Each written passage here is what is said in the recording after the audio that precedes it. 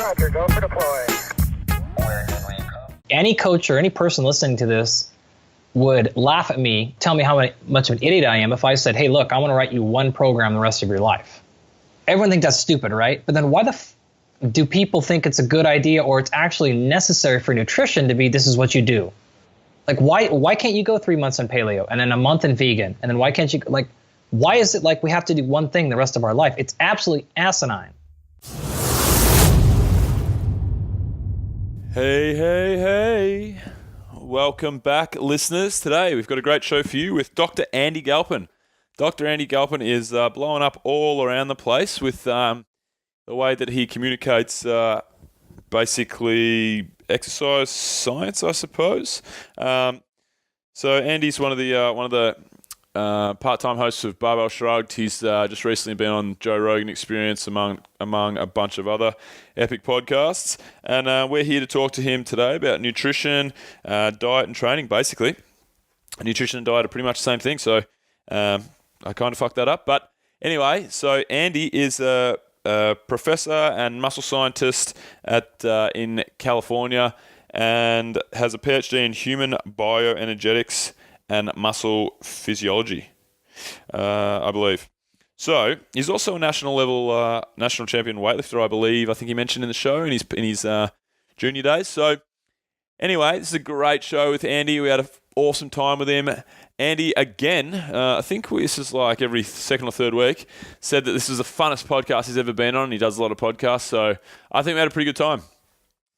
Before you hear the show, though, guys, check out our sponsors who are Audible. Check out audibletrial.com/ADVF radio for one free audiobook and a 30-day trial.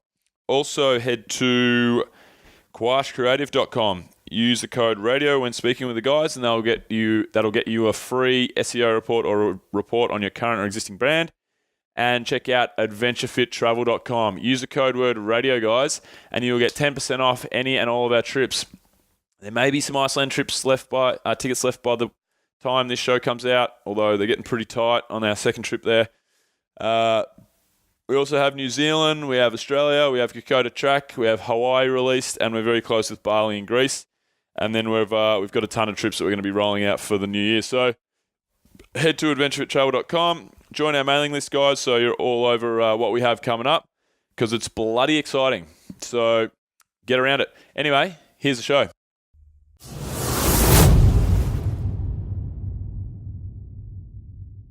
Alrighty, guys, welcome back to Adventure Fit Radio. We are here with Dr. Andy Galpin. Before we throw to Andy and officially welcome him, we will start off, as usual, with Tommy's tribute. Alrighty, Dr. Andy, welcome aboard, my friend. I hope you enjoy this one.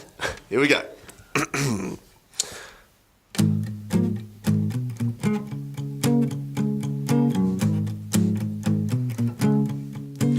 Well, Andy, well, you've got to be the best prophet king, and you're sexier than me. You've been on Joe Rogan, and you're a little funny goatee. It looks like a bogan, but I honestly don't care, 'cause all I want to do is passionately stroke your hair. Oh, lover, lover, lover, tell us about nutrition. Oh, lover, lover, lover, this party's gonna be first edition. Yeah, motherfucker, come on. Baby, lover, lover, lover, let's train for muscle growth and recover. Yeah, shit, everybody come on. Oh, lover, lover, lover, let's get this banter up high above. There you go, mate. You literally must have 0 listeners. We've got one. Three. We've got one. We got one. You're definitely our listener. Your mom probably deletes your episodes off iTunes in disgust. Yeah, she's. No, that was great. Thank you. He's figured us out, mate. He knows. I feel special. Andy, welcome to the show. Why don't you tell us a little bit about yourself, mate, and what it is you do? So I'm a muscle scientist. I have a PhD in what's called human bioenergetics. I'm the co-director for what's called the Center for Sport Performance at Cal State Fullerton. So that's a series of laboratories, a biomechanics lab, a couple of exercise physiology labs, strength, human performance labs. And then, of course, my personal lab is the biochemistry and molecular exercise physiology lab. So I take biopsies from athletes, and we study why muscle grows, shrinks, dies, repairs. And then, I waste my time doing things like podcasts. I co-host a couple, and, when I can, I work with athletes, particularly combat sport athletes and UFC fighters and things like that. Yeah, cool. Awesome, man. Before we dive into that, like what got you down that, heading down that path? It's not obviously, not everybody ends up being a muscle scientist. So, what was it that got you to where you are? Well, I think most of us that are in this field, we were good enough as athletes, but not quite good enough. Mm-hmm. So, growing up, I played college sports. I played a ton of sports in high school. And I was good enough to play a lot and have a lot of success, but not good enough to where training didn't matter. Mm-hmm. And so I wanted to make sure I was learning as much as I could so I could train as best as possible, not make any mistakes, because that was the difference between me getting success and not getting on the field. So that's what initially started it. And then from there, I just wanted people to have to call me doctor. Mate, you should have gone down my route. Yeah. My nickname is the Doc, and I have no PhD in anything. It's got a PhD in being a fuckwit. Yeah, I'm a PhD goofball. Yeah. But so what was your sport then, Andy? What were you? What was your main focus athletically? Well, I played. I grew up in the country, man. So we played everything competitively: football, baseball, basketball, track and field, everything. And then I played football in college. Competed for a national championship in Olympic weightlifting after my college career. Yeah. Wow. Epic. And then won a whole bunch of little tournaments in jiu-jitsu and some other combat sports. So. Wow. What class did you compete in for weightlifting? Most of my career was 69 kilos. Yep. Beautiful. What was your snatch, clean and jerk, Bill? Throwing you in. Yeah. Throwing you in. I was a weightlifter, Andy, till about a year ago. I was competitively weightlifting, and my bests were 110, 137. Beautiful. Which were nowhere near enough. And he was a super heavyweight. Yeah, nowhere near enough to be good at anything. Yeah. But That's actually pretty close. I was 110, 134. Ah, well, nice. Got you covered, mate. I only had 20 kilos of extra body weight, but got you covered, my friend. Not important. Yeah, we'll just forget about that. Move on. Yeah. Can we cut that? Edit that? Good. Get that out. Yeah. No, we'll keep it in. Yeah, cool. So what does the day-to-day look like for you then at Cal State, Andy? How much are you doing working with out in the field, working hands-on with athletes, and how much are you doing your focused studies and so forth? Well, I'm currently on sabbatical, so most of my day-to-day looks like sitting out in the sunshine, drinking Mai Tais. Not bad. Just nice. kidding. I like it. No, man, the vast majority of my job is teaching or research. I'm not running 20 people in a day, athletes-wise. I don't have groups. I honestly, at this point in my career, I've done all that stuff. I've trained, dozens of NFL players at once. And I've done things like that. But most of the athletes I work with now is more on what I'll call a concierge basis. Mm-hmm. So I only have time to really put the investment into a few athletes at a time. Mm-hmm.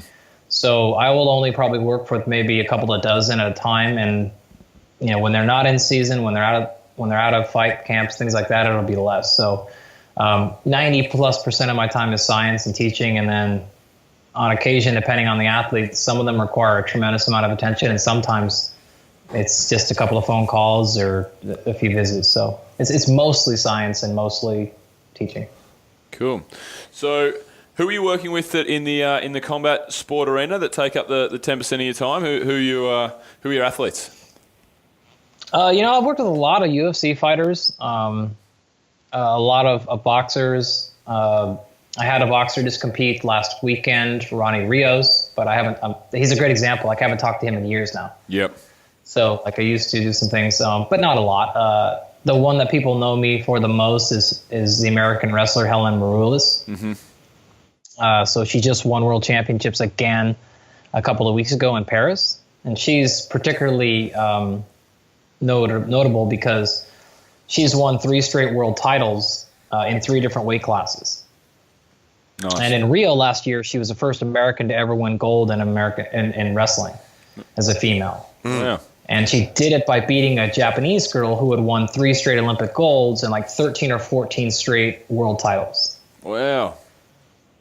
So that was a pretty big feat. So she's the one I'll say the most. But there's a ton that have bounced around, and depending on who's the forefront of my mind, I'll say different names.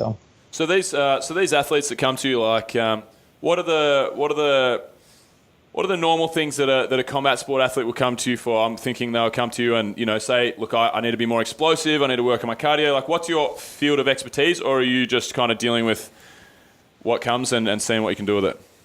Well, first and foremost, if they come to me with questions like that, I try to do my best to either put them in contact with a real strength and conditioning coach. Mm-hmm. You know, like I've done that stuff before, but there are people who have 100,000 hours of training combat sport athletes over me, and I'm not going to be foolish enough to think I know more than they do. Yeah. I still think like I got a lot. So I've worked with Conor McGregor in the past, cool. And I got a lot of heat last week because everyone's like, man, why aren't you training him anymore, etc. I'm like, dude, he's got a team of people. Like, you think I can really waltz in there and just like spout out ideas? Like, I don't know what the hell he's doing. Like, that'd be stupid of me. Well, I mean, I know a decent amount of what he's doing, but you get the idea. Yeah. So mostly when they come to me, the first thing I say, like, oh, you need to get powerful or stronger, something like that. Well, here are 2 or 3 guys or girls that I recommend to do that are in your area, or I know this person in Texas or wherever you're at. Mm-hmm. So that's my first thing. But if they really, really want to work with me, it's usually one of 2 things. It's either nutrition, specifically weight cut stuff, or it is general camp progression. So how do you think I should set the 10 weeks up? What do you think we should do here? And then honestly, above and beyond on all that, like, they want me to call upon with every little situation and go, hey, this is what's happening. Bing, bing, bing, bing, bing. What do you think I should do? Mm-hmm. Cool. And that's what they usually get, because I can give them basic ideas like, oh, here's my 8-week program. But like, that's not really how it works. So they want me to be able to call me and be like, hey, this is what we're going to do with this and this and this, but then this happened, and then my other coach wants to do this. What do you think we should do about this right now? Yeah. And I'll give them my guidance, and sometimes I'm wrong and sometimes I'm right. But that's honestly what they want, is they want somebody on their side that has a little bit of grasp of everything. Yeah.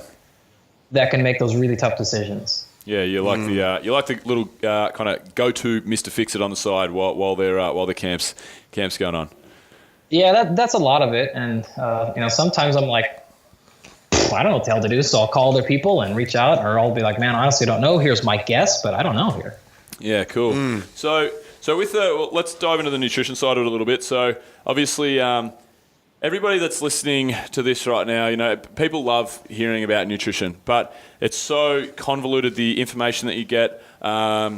Obviously, if eat fat, don't eat fat. Yeah. Do this heroin, don't do this heroin. Yeah, exactly. It's all. Perfect example. But how much of what you do, so someone coming from a scientific background, how much of what you do is athlete specific? How many of these fad diets do you think have value, or do you just have a across the board, you know, meat and 2 veg? This is how to have a healthy diet.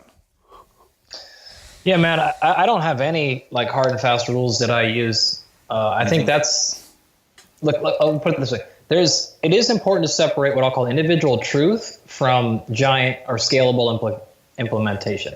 Mm-hmm. So what I mean by that is there are things that are absolutely true at the individual fact or not true at the individual fact that may or may not be true when you scale those things across hundreds of millions of people. So having said that, sometimes I will gauge an athlete and I will tell them a piece of information like, hey, I want you to go do keto. Now, I might be translating that in my mind thinking they don't actually know what that means. They're not going to go implement full keto. They're actually going to go do A, B, C, or D, and I want them to do A, B, C, or D. So it's a faster and more effective conversation if I just tell them go do keto. Yeah. Yeah. Because I know what they think that means and et cetera. So I use those things a lot. And sometimes I'll also look, people forget, these are actual people. Mm-hmm. And they have desires, and they have worries, and they have biases, and they have backgrounds. And so I'm going to take all that into account. So when an athlete comes to me, for example, and I can tell, they really want to do Mediterranean, and they really want to do paleo, or they really want to do Whole30, and I can tell they're just super pumped for it. Well, sometimes I have to be like, all right, well, how can I take that positive energy and that motivation and maybe just tweak it a little bit to get them closer to what I want, but still not just blow it up in their face and be like, let me tell you how smart I am. That thing sucks. It doesn't work. For sure. Because now we just ruin the emotion, I've ruined the motivation, and all things go wrong. So, I mean, to answer your question, I don't have any particular diet that I seem to follow. I think there's merit in a lot of them. I have Heather Jo Clark, one of my UFC fighters. She's a vegan. When she started with me, she was a vegetarian, and she went to vegan. And we've dealt with just countless problems with her, but I'm not even going to broach that topic because it's an ethical decision for her. Yeah, that's right. So why am I going to even affect that? I already know her decision. So instead of trying to convince her elsewise, let's just make it effective as we possibly can, which ends up being a shit ton more work for me, but that's what she wants to do. Yeah, it's a really good point you raise. I mean, obviously the best diet to a degrry. I mean, the heroin diet that you mentioned earlier is probably not going to be the best case, but there are pros and cons. If you got any clinical trials going for that one, I know some people. I've got some anecdotal experience.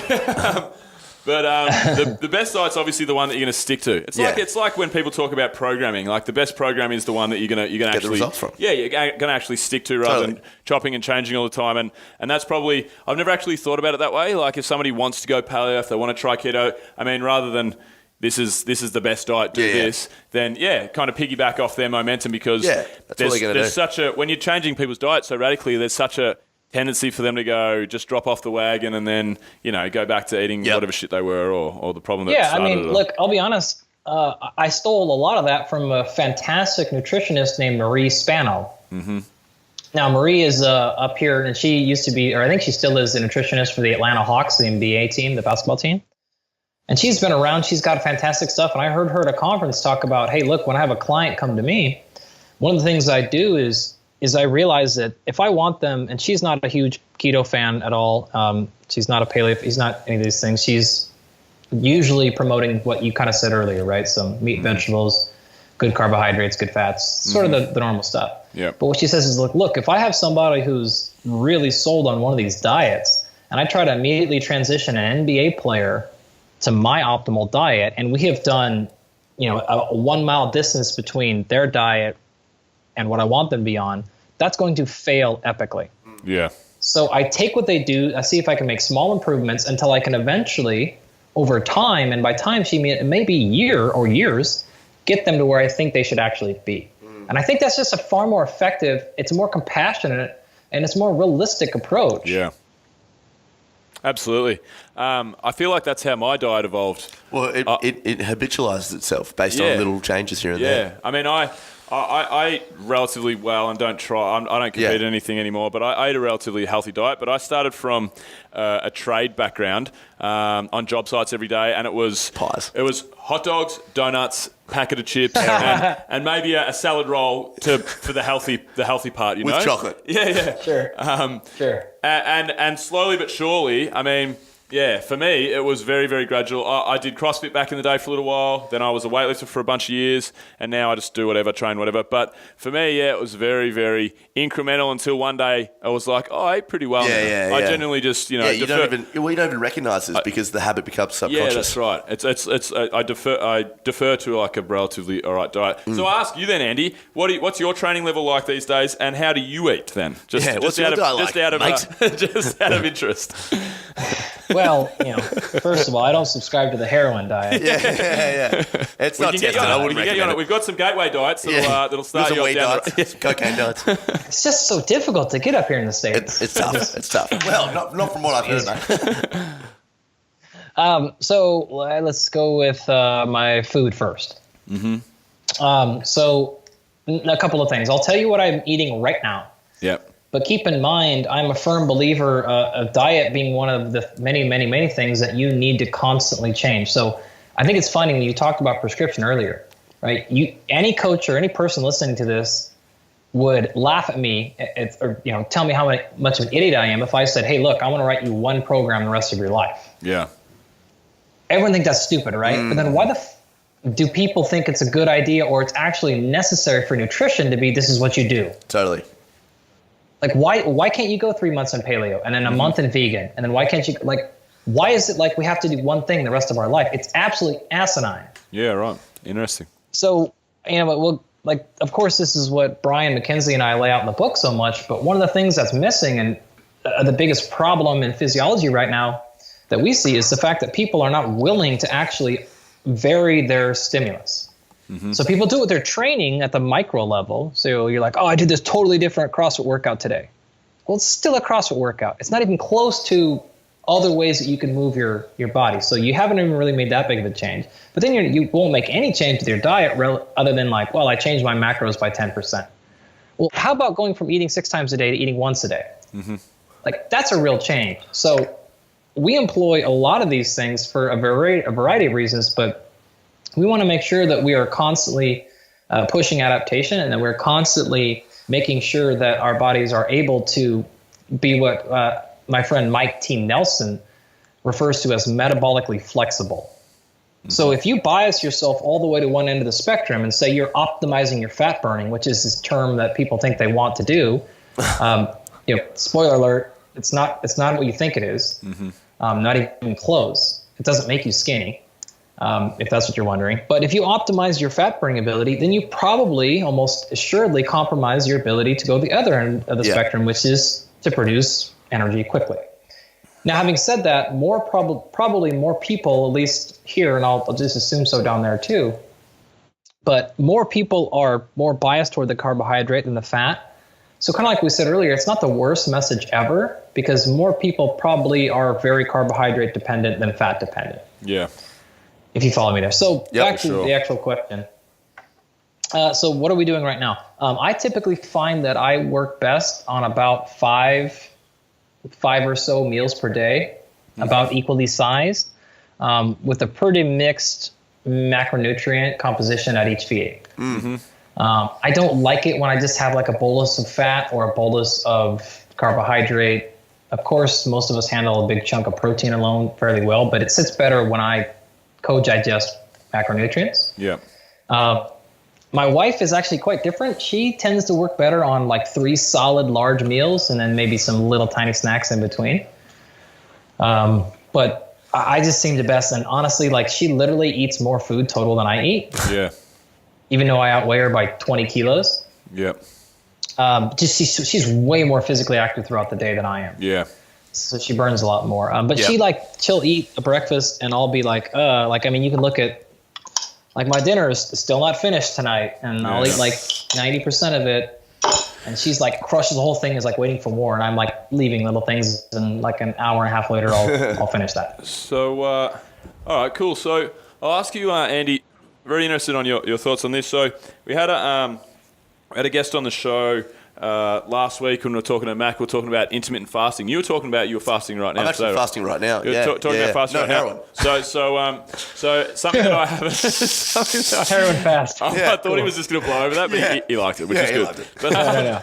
You're not going to slide heroin past me. Yeah, that's what they said to me. So intermittent fasting is something that I know very little about, and something that's it's kind of maybe a bit of a buzzword that I'm sure a lot of our listeners don't probably don't probably know too much about it either. So coming from a scientific background, lay it down on us. So intermittent fasting, what are the benefits? What are the negatives? Okay, so you have to separate science from maybe more anecdote here because of a couple of things. One, we don't have a clear scientific definition of what intermittent fasting is. Right.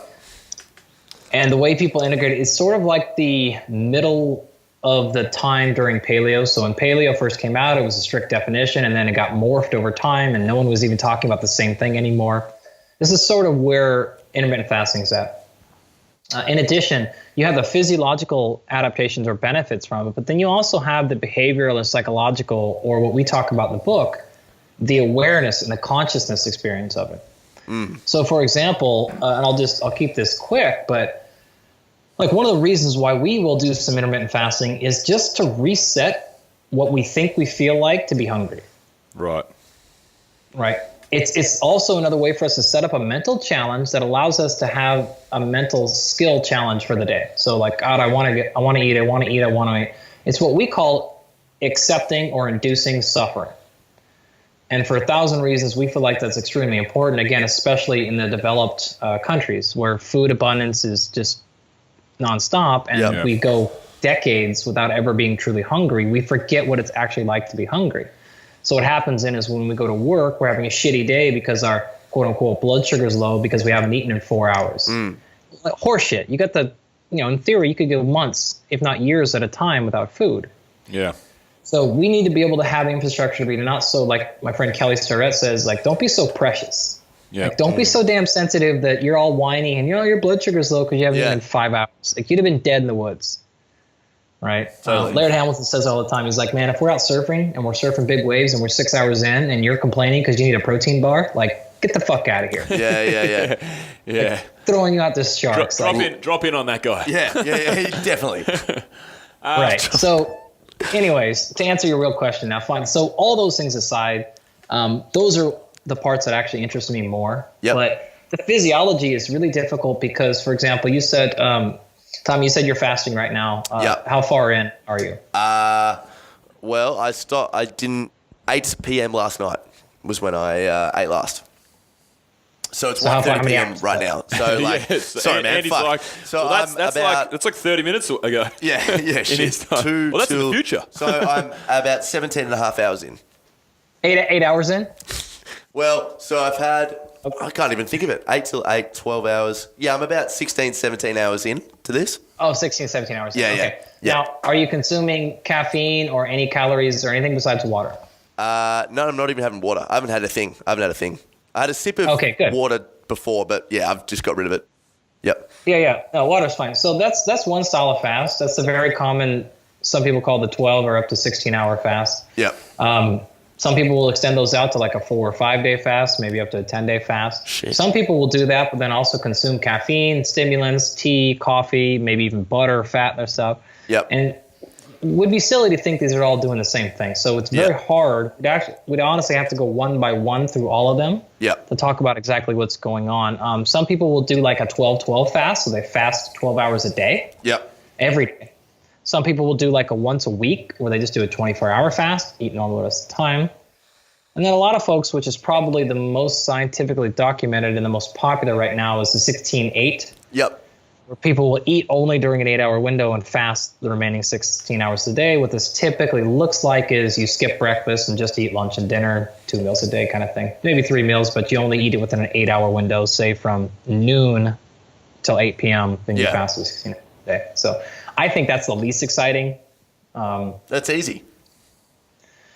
Well, once you get used to it, which takes 4 or 5 days, maybe a week, it's not any more difficult than the rest. And the difficulty with that is, and this will maybe any audience member that's familiar with the 16-8, this is maybe will show your mind. Where that got a lot of steam is because of some animal data. So there's studies in rats and mice and stuff that showed that it can dramatically increase longevity.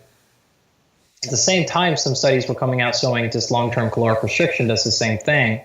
But as far as I'm aware, this really hasn't crossed over into humans yet, and what has been done has not been shown to be as nearly as effective. Mm-hmm. So that's not to say there's no benefit there. I think there's clear benefit, but we have to be careful when we are only looking at the animal data because something like 91% up to 97% of studies that are shown to be effective in animals don't actually carry over into human. Yeah, funny if you say that the other way around. That just so we know, the studies we do on animals and we put them through hell, 3 to 7 or whatever you said % actually covers covers across to eat more pigs. Yeah. Torture more rats. Yeah. I mean, mechanistically, the mechanism ones are usually pretty fine. It's just the ones that we try interventions that tend to be difficult. So that's not to say it is wrong. But we have to be a little bit careful thinking like, oh, this is the thing. That's right. Humans were supposed to eat only 8 hours a day. Like, this is the magic. Yeah. That's not going to be true. Totally. What about, so when we were talking with, it was Mac, one of our guests a week ago, and he was talking about benefits in increasing testosterone. Now, is there any... Growth hormone as well, though. Are you talking about fasting? Yeah, with fasting. Yeah. So fasting is growth hormone and testosterone. Growth hormone and testosterone. So, do you want to elaborate on your theory behind that? Mac's going to hate this if he's Andy doesn't agree. Wrong. Yeah, poor bastard. We'll have to start calling Mac Dr. Mac Rundle, so he's on the same level. Dr. Retard. Look, I mean, to fairly answer that, I'd have to listen to the whole episode and make sure I was fully up to speed with whatever that. Just make a sweeping statement, mate. Just give a shit. Which. I'm sure it was great information. I'm sure it was awesome stuff. I tend to, again, not be so impressed with those types of things because of several reasons. We are still very clueless on what hormones do. Mm-hmm. As a general rule, we understand them, but as a very specific context, like, we're very far from understanding that. Yep. So if I gave you a 30% improvement in testosterone, I'm not really sure that I know what that's going to do or mean. We also have a thing of, like, we have this fallacy of thinking that molecules and hormones and atoms are happy when we personify them. So what I mean by that is like, oh, testosterone's good, cortisol's bad. Like, bullshit. That's not how it works. Mm-hmm. Like, the easiest example is oxygen. Like, how many of you are willing to give up oxygen for more than 5 minutes? Like, well, none of you, right? But you also don't realize it is the whole reason we're fighting all this climate change crap, because the oxygen layer is what keeps us alive. Oxygen is the most toxic thing on the planet. Mm-hmm. That is stress. That is inflammation. So how could you be like, oh, I got to reduce inflammation, but well, what are you talking about then? Mm. Like, you're contradicting yourself immediately. So testosterone is no different. We don't want testosterone to be maximized as high as possible at all times. We want it to be at its optimal number, and what that number is, I don't have any idea. Yeah. So here's what I would say is, if you were low in testosterone, a growth hormone, and something like intermittent fasting brought you back to a normal level, that's probably a good thing. Mm-hmm. But if you were normal, increasing it by 20%, number one, it's probably transient, which is another way of saying it's going to go back down. Mm-hmm. And two, it's probably not a good thing, because we don't want these surges to be really high or really low. Yep. So without knowing at all what the gentleman said, which I'm sure was fantastic, that's why I'm sort of like I roll my eyes and I kind of like scoff at these things, because I'm like, guys, this is not the right question. Mm-hmm. Like, this may or may not matter. It's probably cool, and hopefully that leads to another follow-up study that starts asking more conclusive questions. But as in and of itself, like, that's not going to make me start doing intermittent fasting, because that might be worse for me. Yeah. Isn't that the problem with, so everything that you've said, and I totally agree, and it totally makes sense, especially. I don't know why you would ever fast. I mean, yeah, but in a general terms with health and nutrition, like, isn't that the most annoying thing for people? So people go out there and they're like, right, I need to know what diet works for me, but nobody's actually going to study their what was DNA. Their DNA, figure out their lifestyle, talk to someone like you, do tests on this, that, and the other. They're just going to read the barcodes and see the marketing, and people still want, and to some degree need. They need reassurance. They need a cover-all, because they don't have the logistics to do a scientific study on what's going to work best for them. So, I mean, and I totally get it, but that's like with the fitness industry and the health and nutrition, it's so... Everyone's selling you something. Yeah, it's so hard for the consumer, on their end, to try and figure out what to listen to and how to go about it. Yeah, and that's fair enough. I mean, like, I'm not hammering anybody that's supporting intermittent fasting. Mm-hmm. I don't have any problem with giving people options. Mm-hmm. I have no problem with you going around and saying, like, hey, this is what I've been implementing. I've been feeling great. Mm-hmm. Here's how I did it in case you want to try it. Here was what I found was helpful. Here are the problems. Like, I actually support all of that stuff. I just don't support, making false claims when they're not true. I also do not support acting like there is extreme scientific evidence for something when there's not. Screwing people out of money. I'm pro options. These are a good thing. I am pro discussing your anecdotal evidence. I'm just anti screwing people when it's, like you just said, they don't have the time to vet it like I do. They don't have the time to run all these self-experiments and collect all their blood. So we just need to discuss it in this matter. Hey, this is what I tried. Hey, it worked for me. I hope it gives you a chance. If you struggled, if you tried other things and it didn't work, try this out. But hey, keep in mind, man, nothing's perfect. Mm-hmm. It's not going to get to you. Because, like, a good example just with the intermittent fasting. Why do you think, I'm totally guessing here, so don't even worry about the details here. I'm just going to make the general point. So why would you surmise intermittent fasting increased growth hormone and testosterone? Why would we surmise that would be the case? Why would you think that would happen? I have no idea. I'm just going off what you can answer it. It goes straight over my head, but you can have a go at it, Tommy. I just from a hormonal perspective would make the assumption that So when you eat, and obviously I'm not going to, I'm going to teach a doctor here. So mate, there's a couple of things you need to learn about this it's sort fine. of stuff. Like you can't screw this up. Look, This is just what I've studied and what I've gone through uni with is what I learned that when you eat, cortisol and insulin, so you get that rise of inflammation to take on those to digest the food you take in, and the opposite probably occurs when you steer away from that sort of stuff. And maybe from just an evolutionary perspective, we need those hormones to give us that energy when we're not putting the food in. Okay, yeah. So then here's the contradiction there, right? So don't worry about it because no matter what you said, you're gonna be wrong. Yeah, exactly. Yeah, exactly. Yeah. Okay. That's why the world is flat, essentially. Testosterone is anabolic, right? Is what? Like you would agree? Oh, yes, Testosterone is anabolic. Yes. Okay. Now, why would you ever be anabolic when you're in a state of net caloric deficit?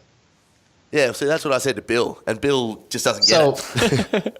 I'm staying right out of this conversation. Yeah. You know what I'm saying? You're correct. You're correct. You're not going to be in an anabolic state when you don't have calories. It's the exact opposite of where your body wants to go. So this is the fundamental problem of thinking testosterone is the whole job of testosterone is to grow muscle. That is one job that we tend to pay attention to, but it does a bunch of other things. For example, do you know what growth hormone does? No. I'll give you a hint. It doesn't grow hormones. Yeah. And it doesn't grow muscle either.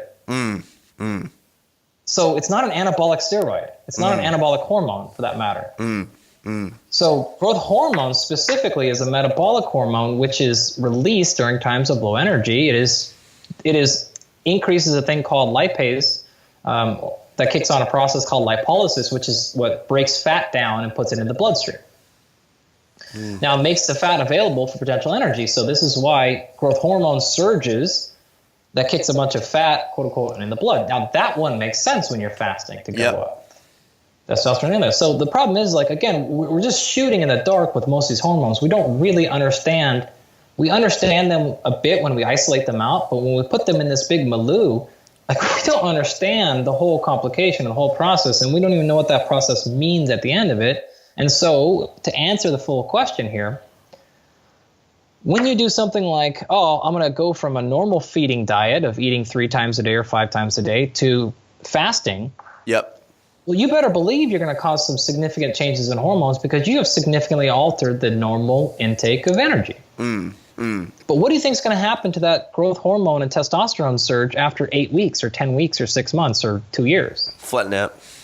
It's not going to go. It's not going to be there anymore. Yeah. Like, you're not going to have this massive. Right? It's going to be. So what caused the growth hormone and testosterone spike? Really? Not sure. It was the constant change of feeding. That's what. It's the variation is what caused it, not the magic of intermittent fasting. Yeah. Okay. So, well, is that the answer then? Just to constantly change your diet, change the times you eat? Well, no. Because it depends on what are you trying to do. Are you trying to cause adaptation or are you trying to optimize? Okay, well, if someone came up to you and they said, I want to put on 10 kilos of lean muscle mass, what do I have to do? Give me something to do. How would you start them off? So I would say let's make it more specific so we can have better answer. Sure. 10 kilos of lean muscle mass, and I want to do it in 5 months. 5 months, yep. Okay, something like that. Well, then we have a very good answer because we have a target in mind. Yep. We have a timeline in mind, and now we can structure out a whole plan. The huge problem with most people is they don't have those things identified. Their plans are, well, I want to lose fat forever and just get buff for forever. Tone up. And just want that. I want to get some chicks, Andy. Is that, how do we...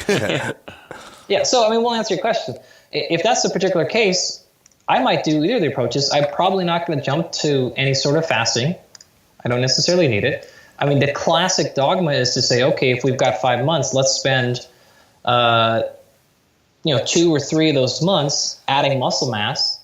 We're not going to eat crappy food. We're going to eat cleanly. And if we do this and we're at, like, a 10 to 15% is the rough number we give people caloric surplus.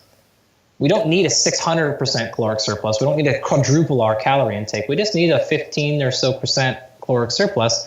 If you do that for 3 months, and if you're eating good quality foods, you can probably put on a decent amount of muscle mass and not add too much fat. And after that 3 month phase, then we will come back and say, well, how much muscle did we gain? how much fat did we gain? Are we happy with those ratios? Do we need to cut some fat? Do we need to cut some, or we just want to keep bulking sort of where we at? But I wouldn't jump to any of those things. Intermittent fasting would not be where I go to. That doesn't mean it can't happen or it can't work. But that's not where I would jump to immediately for the average person. I don't think it's necessary. I think it's far too difficult than it is worth it. So another thing about intermittent fasting or fasting in general is people say that it can help with things like leaky gut. Do you know much about that? Or? Yeah, I'm going to have to take a pass on that one. I haven't seen a tremendous amount of data on that. Yeah. But having said that, to be super clear, I also haven't searched. So if someone jumps on, it's like, here are 10 papers. Fair enough. Well, more generally speaking, why do these things become fads then? I mean, 20 years ago, 30 years ago, carbs were the devil, and now, we want to, instead of like having 3 meals a day, we want to see 6 meals a day, smaller portions. We want to see intermittent fasting. Like, why are these things gaining so much? People constantly want solutions. And when I've tried something, I'm going to continue to look for something new. And, it's an alternative. That's the solution. I mean, we talked about this, my friend Kenny and Josh and I on my podcast, when we walked through the evolution of nutrition in America and the evolution of bodybuilding, weightlifting, powerlifting, and how that evolved into CrossFit and how that opened up space for the next thing. So we laid out this whole story, and I think we made a pretty compelling argument that it's not necessarily about the topic itself. It's about giving somebody a new motivation and having a new concept of being able to say, this has been my problem all along. Yeah. Right, got it. And so that's not necessarily specific to nutrition or training. That's a human nature thing. Same things in politics, same things in anything else. This is the guy. Finally, we're going to make changes. We were Trump. We were literally we just finished having a conversation that lasted about 2 hours talking about, we just recorded just before, and talking about that very thing, the fact that people are tribal, people want something to cling to, people want to be part of something, whether it's I'm paleo, all my friends are paleo, we do this paleo thing where... This is the answer for me. Yeah, they feel connected and they feel like they can get behind something. Yeah, people also want to feel special and they want simple solutions. Mm-hmm. So, I'm special. Hey, you guys are, I'm really different though. I had to do this. Yeah. Oh yeah, you are special, to your mom, but... And your mom's lovely. Believe me, I know. Yeah. But if you want a simple solution, there's not going to be that log jam. There's not just one log that's blocking up the whole system. Very awesome. The other thing that I think throws people off in this a lot is this concept that I champion that, look, all of us agree, and most of us would recognize that not one diet works for every person, right? Mm-hmm. So Tommy, Doc, and I are we all can't go on the same diet. It's not going to work, right? We all may have 3 different diets. Well, I actually take it a step further and say, there's nothing I've ever seen scientifically, and I've been doing this a long time. I've never seen anything that's ever made me think there is one magical diet for any one of us. So we talk about this all the time, and I say it too, so I'm just as equal to blame. But you got to find what works for you. But that doesn't mean there's one magical diet out there that works for you. You just got to keep searching until you find that one magic key. Yeah. There are probably 50 or 100 or 250 different diets that would work equally optimal to you. So the search for optimal is the fallacy in the first place. Mm-hmm. That's the problem. Is there's hundreds of diets that would work equally effective for you, or hundreds of training programs. So stop wasting all your fucking time looking for one and just get to work on the one you're actually implementing. But also, even just saying what works for you, it's what are you basing your change in diet around? When you say works for you, what are your goals? Oh yeah, what's the metric? What's the dependent variable? What's the goal? Those are all things that, we get into lengthy discussions in my classrooms about, how do we define work? Yeah. It's hours long discussion on that word itself. And so certainly if we haven't taken the time as the individual person, if we haven't taken the responsibility to ask that question, at least at one level, what's the one thing, here's one piece of advice I give people when they start a diet. It's the same thing, actually, piece of advice I give somebody when you're trying to win an argument. Mm-hmm. Right? In the argument's sake, it's what's the one piece of evidence you would have to change your mind? Yeah. Okay, and if you can't identify that, then there's no point of having a conversation with you because we're wasting time, right? Yeah. Well, in a diet, what's the one thing in your timeline? So if your timeline is a month from now or 6 months or 8 years, or whatever, what's the one thing that you would determine if that happened that you would have success? You have to define that first. Yes. Right? If you don't do that, it's sort of like, okay, a lot of people are going to jump to, well, I'm going to lift this much weight, or I'll be this much leaner or whatever. Okay, fine. Well, then we also have to understand the next step is then identify what's actually stopping you from hitting that goal. And that's how we actually break down, when I go through my program design stuff, when I go through what I call a needs analysis, or most people call a needs analysis, I should say, I consider these things to be called defenders. So what's defending you from actually achieving your goal? So if Doc actually wanted to have a reasonable snatch total, right? Not something nearly as embarrassing as his current snatch. I was like, what? Yeah. We are talking about weightlifting here, lads. Yeah. Right. So he's at 110. For a guy I heard a decent total on the other side. Sorry, Andy. Sorry, continue. That's right. For a guy his size, say he wanted to snatch 120. All right, still a little bit embarrassing for him, but we'll call it good for him. And so that's 10 kilos he's got to put on his snatch. We have to sit back and really try to tease out and use any means we can to identify what's actually stopping him from snatching 120 right now. It may simply be he's not strong enough. It may be his technique. It may be the fact that he's a little bit out of shape, and so he can't actually handle the training volume needed to get as strong as possible, because training is a skill or strength is a skill that requires a lot of stimuli. I mean, we don't know. It may be the fact that his hamstring's a little bit tight, and so as the volume picks up, he tends to get hurt. Whatever it is. That's the actual thing blocking you from being stronger. Sometimes it's pure strength, but most of the time it's not. Most of the time it's one or two other things that are actually stopping you from achieving your goal. So diet is the same thing. Like, what's the one metric you would actually determine this to be working on? Okay, what's actually stopping you from hitting that metric? That's what you need to get at it. Is it your relationship with food? Is it a self-punishment you have? Is it a need for reward? Like, what are any of these things? Is it an energy? Is it, bad habits? Is there a trigger? When I go to work, my mates always have these things laying on the work plate. What are those things that block you from actually hitting it? And now let's attack those things. And it's usually one or two things, maybe three, and then you're set. Totally. Yeah, that's such a good point as well. And it's a fairly like unturned rock, but it's such an obvious rock to just see, you know? Yeah. Well, that's one of the differences, you know, like, I mean, I'm a scientist, don't get me wrong. I'm not a psychologist. I'm not a therapist. Like, I'm not even a sports psychologist. But this is my friend Brett Bartholomew talks about this all the time. Like, man, we can't forget we're working with people. Yeah. And so we have to take like the science, and that's one aspect of it, but we got to figure out how this actually works in real people's lives. And if we don't, man, what are we doing? And being a scientist only is good, and that we need people that just do science, and we need people who just coach. But if you're going to try to do both, man, you got to understand how both work. Yeah, for sure. Which not many people probably can or do. Hey, Andy, we know we got to get you out of here at some point, mate. I wanted to ask you, before we go to 6 from 6, I just wanted to ask you, with everything that you're doing, you're working with your your combat athletes at the moment, you're doing your studies. What does the future look like for Andy Galpin? What are you most pumped about? Where do you see yourself in 5 years' time? Oh boy, I don't know if I've ever been asked that one. Certainly not on a podcast. Man, I don't know. The future right now is just awesome. I'm super happy and fulfilled with where I'm at. Future is probably continuing down with my website. That's probably the thing I'm most passionate about right now. Cool. Which my website, I'm trying to take every one of my class lectures, all of the conference lectures, all these thoughts and the things that I feel like are unique or a little bit different that some of them I've just brought up, and I'm trying to put those all up on my website and give those away for free. Cool. So I don't charge. There's no newsletter to sign up for. There's no membership site. There's no back sale. There's nothing.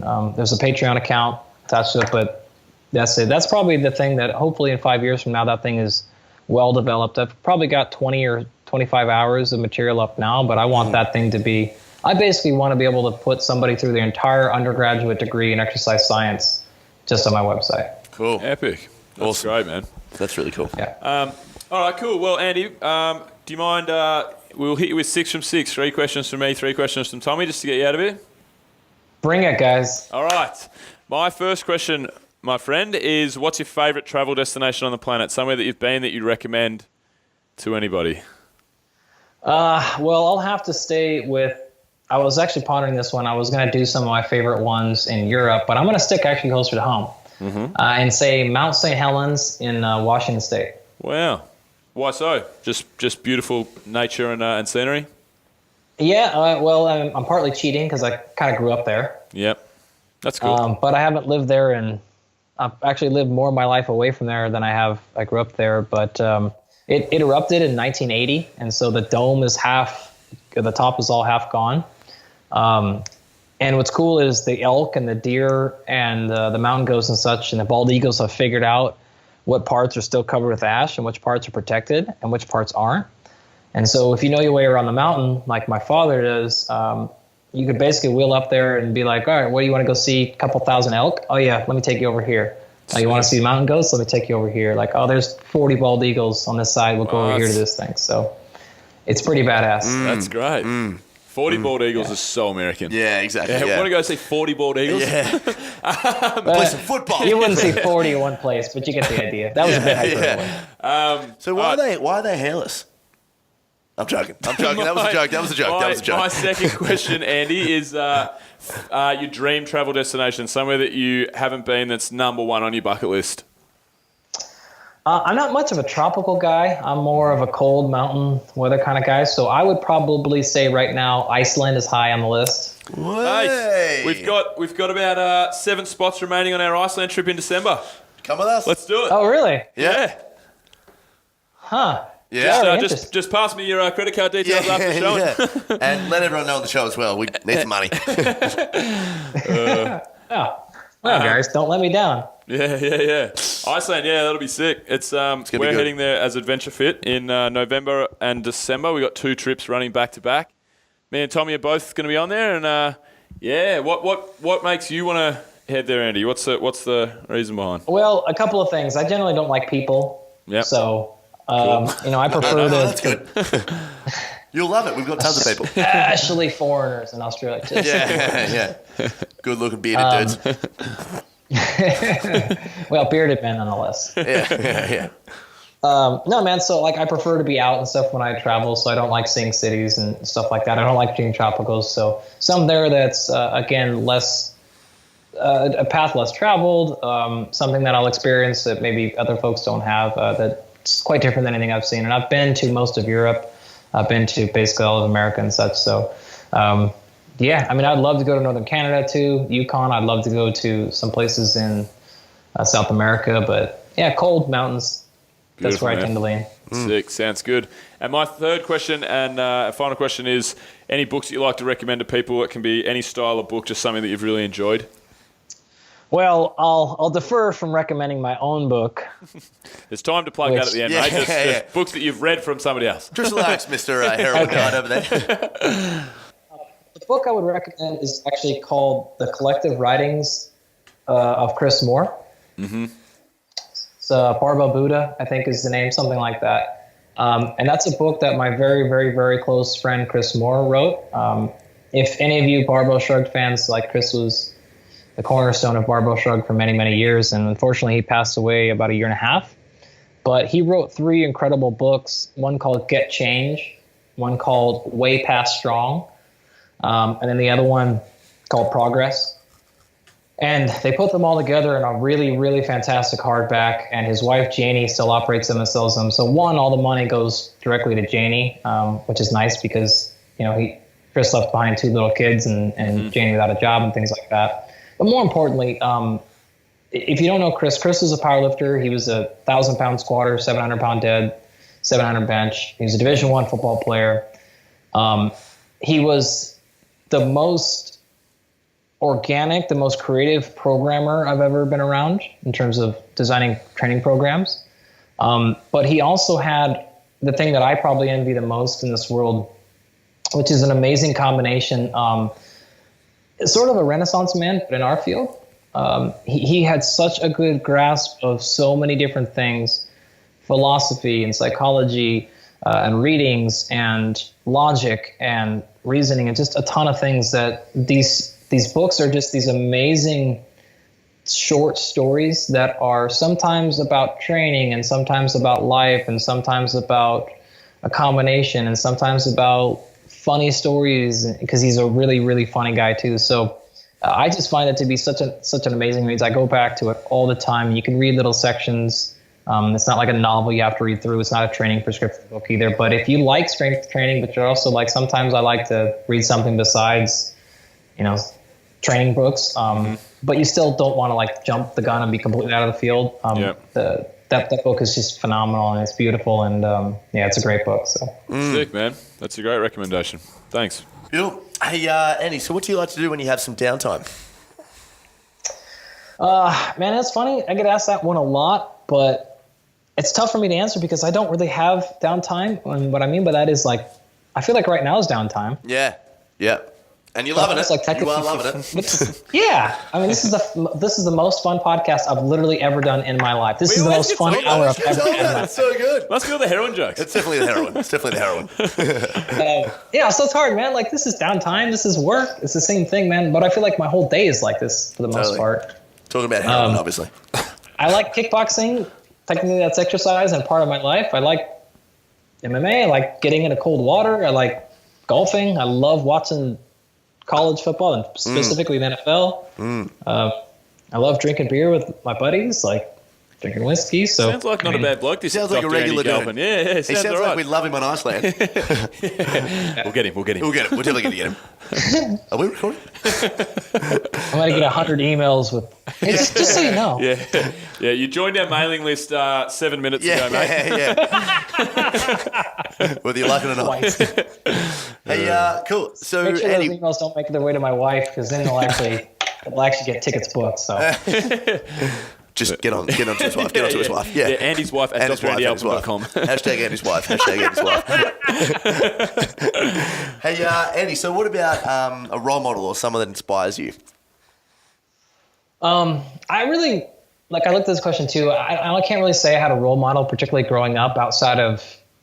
I mean, of course, I looked up to my father, my older brother a lot, my mother, my older sister, my grandpa. My head football coach in high school were all very influential in my life. But I want to give you maybe a little bit different answer, and that'd be Henry Rollins. Ooh, cool. Okay, why so? So I hate Henry's music. I hate punk music. Like, I don't enjoy any of that stuff. And I didn't pay attention to Henry for a long time, but once I did, in fact, Chris Moore is to blame for that. But he showed me some of the, if you've never read the little essay by Henry called The Iron or something like that, you can Google it, but it's an amazing story of how lifting weights and the barbell and stuff changed his life.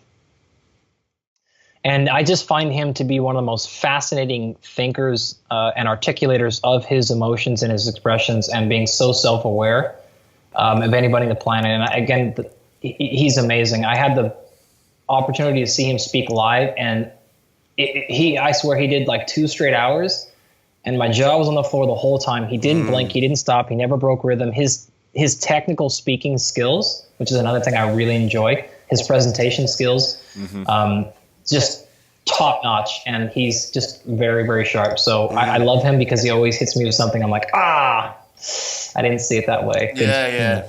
Awesome, man. So he's got good perspective, and just an amazing guy to pay attention to, just how he thinks and how he sees the world, even though I just deplore his music. Yeah. And finally, mate, if you could invite 3 people to dinner, dead or alive, who would they be and why? Okay, well, Henry would, of course, be one of them. Yeah. Another one I'll give you is Alton Brown. Okay. So obviously the famous. I have no idea. He created and ran a TV show for about 10 years called Good Eats. He's done some other TV stuff, but it's not nearly as good. But he's really cool because think of like the nerdy middle school science teacher, but on the Cooking Network. Oh, yeah. And so he taught, like, I can't even explain to you how much of food science I learned from him on his quote unquote cooking show. And so he was not about recipes. He's not Emeril Lagasse. He's not any of these fancy chefs, but he really would take the time to explain to you, like, well, this is why brining works. This is 7 different ways to cook a potato, and this is why they're working, how they're working, so that it doesn't matter the recipe if you understand the process and how it's working. But he was able to do that in a fashion that stayed on mainstream television for 10 years, which tells you he was able to gain 350 million people plus his attention by talking only food science for 10 years, basically. So that aspect of his ability to communicate, to walk a line between science and entertainment is fascinating to me. Totally. So those 2 dudes would be on the list. And then another one, maybe I'm stretching here, but Christopher Hitchens. Oh yeah, beautiful. Cool. Love him.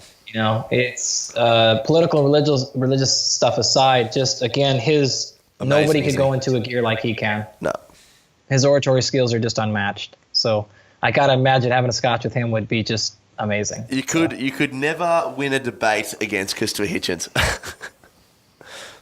He's also my name's Christopher. An incredibly creative thinker, and just somebody who, for Pete's sake, did you see the documentary he did on Mother Teresa? Yeah, I've seen that. He just ripped her. God, if somebody could find a way to hammer Mother Teresa for being unethical, absolutely, you really got to be able to stretch woman. and think differently about things and see things in a unique perspective. Totally. Carl Sagan's, Richard Feynman, they would jump that list too. Those are hard to say no to. Well, I did say only 3, mate, so you've gone to 5, and it's a little bit unnecessary, but anyway. Apparently it's Andy's show. He just makes all the rules now. Hey, mate, you asked us questions. There's a lot of wine at my dinner party, so we could have 5. Yeah, that's true. That's fine. Fair enough. You are a doctor. Hey, mate, finally, where can people find you? Anything you want to plug, all your social medias, all that stuff? Yeah, so the website I mentioned earlier, you got the gist of it. It's just andygalpin.com. It's run like a 12-year-old that found WordPress for the first time, but whatever. The data, the videos are up there. That's all I care about. And the book, you got the new book? Oh yeah, it's called Unplugged: Evolve from Technology to Upgrade Your Fitness, Performance, and Consciousness. Cool. And it's a guide to how to use and how to not use fitness and training technologies. Cool. Awesome. So that's been up for about a month or so now. That's up on Amazon, and if you like it or if you buy it, make sure to give us a 5-star review. That helps a lot. Well, it's not 5 stars. And then the last couple of things, of course, you can see me on Barbell Shrugged, most weeks. But then my podcast, my little separate podcast with Kenny Kane, is called The Body of Knowledge. Cool. So that's a little bit different than Barbell Shrugged. Kenny and I and other guy, Josh Embry, we spend about a month writing each episode. Cool. And so it's extremely highly produced, edited down. We'll take 20 or 30 hours of audio and cut it to 45 minutes. Wow. Shit. And it's kind of like little documentary dramas, like little documentaries. So it's only 9 episodes in total. It's not like a weekly running thing or anything like that. So that's just The Body of Knowledge, thebodyknowledge.com, everywhere. And the first season we launched last year. And actually last week we started filming season 2. Wow. Cool. So it'll be coming out pretty soon. So it's a pretty easy read. And it's a different thing. And you're going to hear some stories in there that you just won't find anywhere else. Awesome. Yeah, good stuff, Andy. Love it. Well, thanks so much for taking the time to come on the show, my man. No, you guys are great, actually. Really solid work on your end. Good job. Thanks, mate. Thanks, mate. Cheers. That's a wrap. That's a wrap. See you guys in Iceland. Alrighty. Cheers, Andy. Alrighty. Thanks for listening, guys. If you enjoyed the show, please subscribe. If you're already a subscriber, please leave us that rating and review. Show notes can be found at www.adventurewithtravel.com/radio. And don't forget to check out audibletrial.com/ADVF radio for a free audiobook for free 30 days. Quashcreative.com. Use the code radio for a free SEO report or report on your current or existing brand. And adventurefittravel.com. Use the code radio and get 10% off any and all trips. See you next week. Discovery Roger, go for deploy.